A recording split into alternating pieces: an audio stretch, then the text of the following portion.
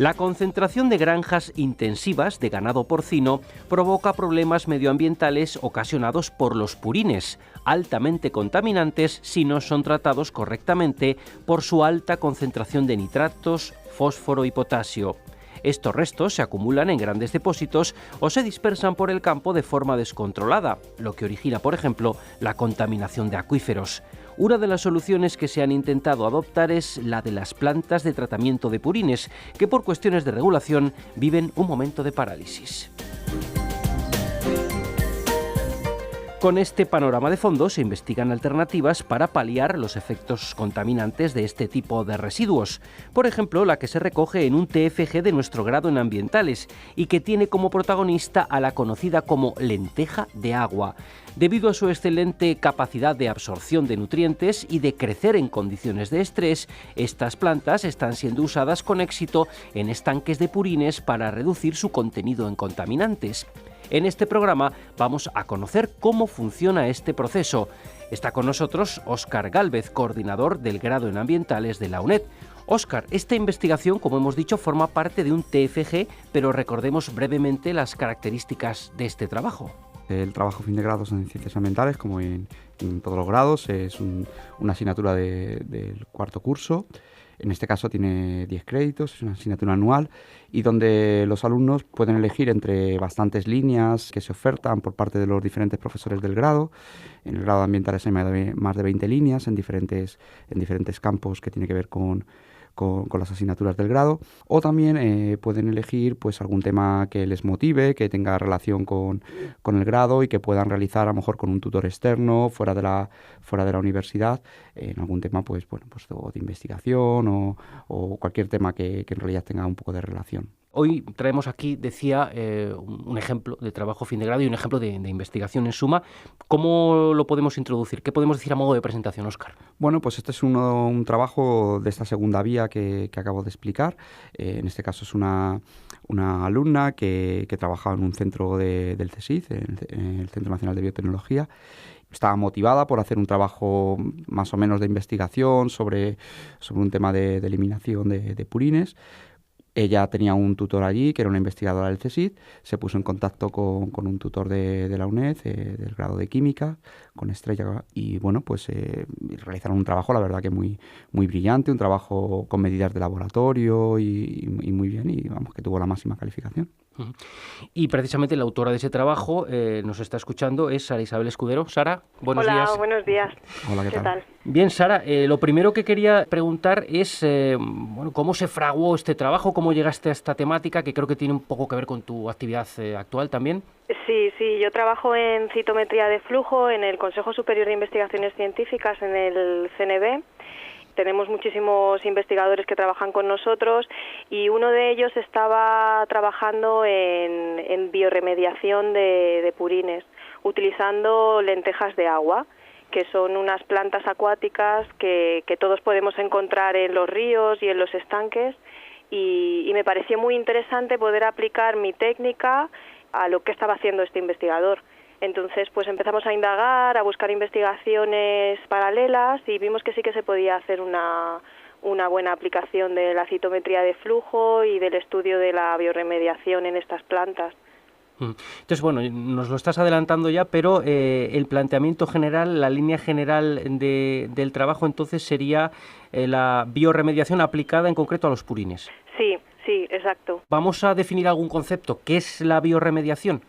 La bioremediación es un proceso que utiliza microorganismos, hongos, plantas o unos productos que derivan de ellos, que se llaman enzimas, para que el medio ambiente alterado por ciertos contaminantes vuelva a su condición natural. Y en este caso, ¿cuál es la problemática que suscitan los purines? Creo que vosotros, tu investigación en concreto se refiere a los purines de cerdo. ¿Cuál es la problemática en torno a estos residuos? Pues los residuos de purines en las granjas porcinas lo que hacen es que contribuyen a un efecto que en medio ambiente llamamos de eutrofización de las aguas.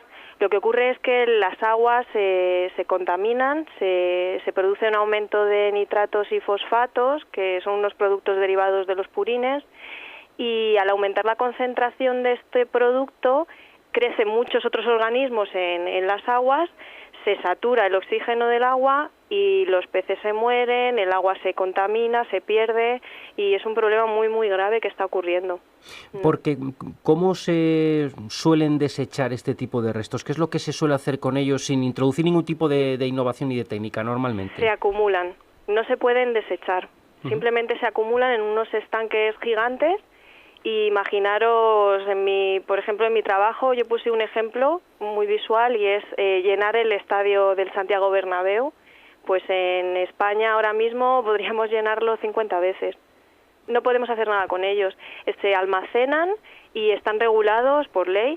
La parte sólida del purín, una parte de ella sí se puede utilizar para hacer compost o para otro tipo de procesos, pero la parte más contaminante, que es la parte líquida, que es como una especie de lodo negruzco, no se puede hacer nada con ella, simplemente se acumula. Con lo que yo proponía era purificar esta parte del purín que está acumulado para poder liberarlo al medio ambiente, sin que fuese un problema. Si se hace, bueno, pues estiércol o cosas así, ¿no? Sí, con la parte sólida del purín. ¿Esa se aprovecha toda o esa también tiene que tener al final un tipo de almacenamiento, tratamiento? Necesita un tratamiento antes de poder utilizarla. Hay parte que sí que se utiliza y otra no, pero la mayoría se puede utilizar, la parte sólida. Una curiosidad, ¿cuál es el grado de toxicidad de este tipo de residuos? Es muy elevado. ¿Qué componentes tienen que les hacen tan tóxicos, tan nocivos? El amoníaco, nitrato, fosfato, metales pesados, todo lo que utilizamos para limpiar la zona donde viven los cerdos cae en este purín. El cromo, tiene cadmio, tiene mercurio, tiene muchísimos contaminantes, metales pesados, que es lo peor. ¿Le hace algo especial dentro de la toxicidad a este tipo de granjas de cerdos o otro tipo de granjas, no sé, con vacas, con otros animales, tienen también estas características? Sí, casi todas tienen las mismas características. Lo único que la más contaminante, por decirlo de alguna manera, es la de las granjas porcinas, porque estos animales tienen unos orines muy ricos en amonio, en amoníaco. Y antes aludías a la lenteja de agua, que es un poco la encargada de purificar todos estos residuos. Bueno, ahora nos lo vas a contar. Exactamente, ¿cuáles son las características de esta lenteja de agua? ¿Dónde la podemos encontrar? ¿Cómo se puede recolectar o...? La lenteja de agua es una planta acuática que crece en la superficie del agua, es verde muy chiquitita, del tamaño a lo mejor de la uña del dedo meñique, parece que hace como una especie de manta verde sobre el agua, crece en los laterales de los ríos, en zonas de aguas tranquilas, y normalmente tú intentas coger una y salen muchísimas porque están como unidas en una especie de manta. ¿Y cuál es el proceso por el que se aplica esta innovación, se conecta con el tema de los purines? Estas plantas empezaron a utilizarse hace ya muchos años en investigación porque tienen unas características, son muy aptas para aguantar tóxicos. Entonces, en ensayos de toxicidad se utilizaban estas lentejas, se siguen utilizando. Entonces empezamos a relacionar que podrían ser válidas para limpiar esta parte del purín con la que no se puede hacer nada. Y lo que analicé en mi TFG fue cómo distintos estirpes de esta planta crecían en el purín y limpiaban esa parte del purín. Entonces lo que buscábamos era un poco cerrar el círculo económico. Si un granjero o un ganadero tiene sus tierras y no puede tirar todo el purín en esa tierra porque la va a contaminar, la tiene que acumular en una piscina. Se va a ir acumulando cada vez más. Bien, si puede crecer lenteja de agua en la parte líquida y purificar ese agua luego lo puede utilizar para regar. Y las lentejas de agua que van a crecer en esa zona las puede utilizar para alimentar a su ganado. Entonces es un círculo cerrado. Y desde el punto de vista de la aplicación efectiva de este proceso en una granja, hablando de costes, de disponibilidad, ¿esto cómo se podría hacer? Evidentemente el Estado tiene que involucrarse económicamente. Yo pienso que es una alternativa económicamente rentable para recuperar el medio ambiente. Evidentemente requiere de un gasto previo. En principio habría que preparar unas piscinas adecuadas, hay que invertir en investigación, en fin, tiene diferentes implicaciones, claro. ¿Hay algún tipo de empresa o de alguien que os haya hecho llegar el interés por todo esto que nos estás contando para una futura aplicación o para implementarlo de alguna manera? Yo pienso que sí. Lo único que quizás el más adecuado para hablar de ello es el investigador principal del Consejo, que es Carlos Alonso Blanco, que junto con Almudena Moya Morales fueron los que me ayudaron con el proyecto, y ellos pertenecen a un proyecto que se llama Lemna Life, que está actualmente implantando esta tecnología de la lenteja de agua en purines de cerdo. Y desde el punto de vista de los ganaderos, ya no tanto de empresas, sino de los propios ganaderos, ¿tenéis alguna impresión de cómo se pueden tomar una iniciativa de este tipo? Yo pienso que se la tomarían al principio como, bueno, ya están aquí metiéndonos otras normativas nuevas, y ahora qué hago antes no podía tirar las vacas al medio ambiente cuando se morían, ahora tampoco puedo acumular el purín de cerdo en la piscina, ahora, bueno, como todas las cosas nuevas, supongo que al principio pues supone un cambio, pero a la larga creo que van a ahorrar dinero y verían beneficios. Cuando analizabais un poco cómo se bajaban los niveles tóxicos en general, no recuerdo muy bien, ¿qué os fijabais exactamente? ¿Qué parámetros? Nosotros analizábamos sobre todo el nitrato y el fosfato. Analizamos el nivel de duplicación de las células en el tiempo, su aumento de tamaño y el aumento de las raíces.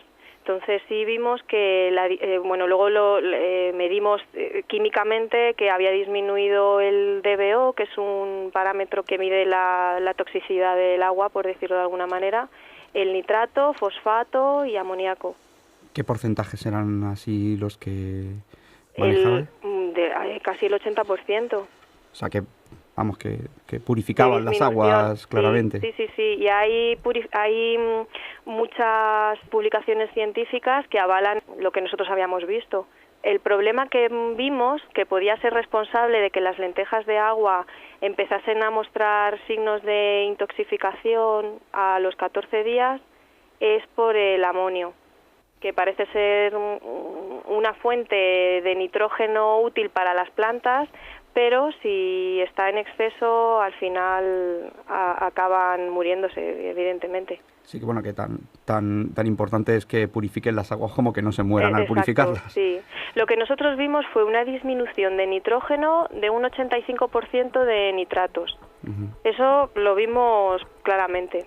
Uh-huh. Más o menos al día, entre el 10 y el 14 de crecimiento. Y favorecía también la reducción de fósforo. Una pregunta más general, ya que estamos en el programa hablando del grado en ambientales de la UNED, del TFG. ¿Cuál ha sido tu experiencia de cursar el grado y de todo este proceso que has llevado a cabo? A ver, el grado es duro porque es un grado de ciencias puras y requiere mucho trabajo autónomo. Y es duro, pero los profesores, la verdad que se involucran, algunos se involucran mucho, les puedes contactar si tienes alguna duda por email, los foros y el sistema de acceso para tener la información es bastante sencillo y fácil de manejar, y yo estoy muy contenta en general con la carrera, me ha gustado mucho. Pero bueno, también estamos para mejorar, y por ser críticos, un poco ¿qué sugieres desde ese punto de vista de alumna a veces que...? Sugiero quizás que hay ciertas asignaturas en el grado, sobre todo una en particular de primer curso, que es muy complicada de aprobar. Seguro que Óscar sabe a cuál me estoy refiriendo. Yo imagino que siempre habláis de las físicas, de las matemáticas... Sí, es la física. Esa habría que darle una revisión a cómo se orienta en la carrera, porque para mí ha sido la más difícil. está más difícil. En eso sí estamos, en eso sí estamos viéndolo. Pero bueno, también es importante hacer ver que bueno, que en estas carreras de ciencias, pues como pasan todas, al final, pues hombre, hay algunas asignaturas pues que resultan un poco más duras porque son más complejas y porque sobre todo también se entiende, ¿no?, que en esta educación a distancia a veces asignaturas de más comprensión por la parte, pues bueno, suelen ser un poco más peliagudas, ¿no? Sí, esa es la número 1. La verdad que en general estoy contenta con la UNED y la organización. Es verdad que los exámenes los tienes que hacer en una semana, todos de golpe, pero bueno, es lo que tienes. O sea, no queda otra. Y los libros, bueno, quizás una cosa que sí diría para mejorar es que hay muchas asignaturas en las que el temario coincide. Hay mucho temario compartido. Es necesario tener esos conocimientos para poder entender lo que se está tratando en esa asignatura, pero eso hace que el temario sea el doble de tamaño del necesario, desde mi punto de vista. Y cuando estás trabajando autónomamente es más complicado de decidir qué es importante y qué no. Entonces, bueno, cuando haces una carrera presencial, normalmente el profesor siempre te guía un poco. Esto es muy importante, esto ya lo habéis tratado en esta asignatura. Ya sabes un poco por dónde tirar a la hora de estudiar, mientras que aquí en la UNED, claro, tienes el libro, tienes los objetivos que tienes que tener, pero estás un poco perdido en ese aspecto, pero por lo demás muy bien. Bueno, esas críticas son bienvenidas siempre. Seguro que el coordinador toma buena nota de ellas. Bien, Sara, pues si no tienes nada más que comentarnos, vamos a ir cerrando. ¿Alguna cosa que quieras añadir? No, en principio no, que he aprendido mucho y la verdad que me he sentido muy bien haciendo la carrera y no me he arrepentido nada.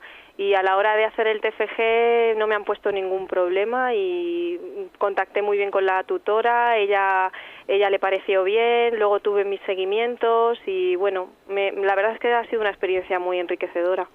¿Algo más, Óscar? No, nada más, que bueno, que efectivamente nos gusta mucho tener casos como estos, donde los alumnos, pues bueno, en general acaban con buenas sensaciones e incluso, pues eso, realizan trabajos integrados muy bonitos, con propuestas suyas y por supuesto que en la medida que podemos las facilidades tienen que ser todas, claro. Pues Sara, muchas gracias por atendernos. De nada. Gracias, Óscar. Muchas gracias.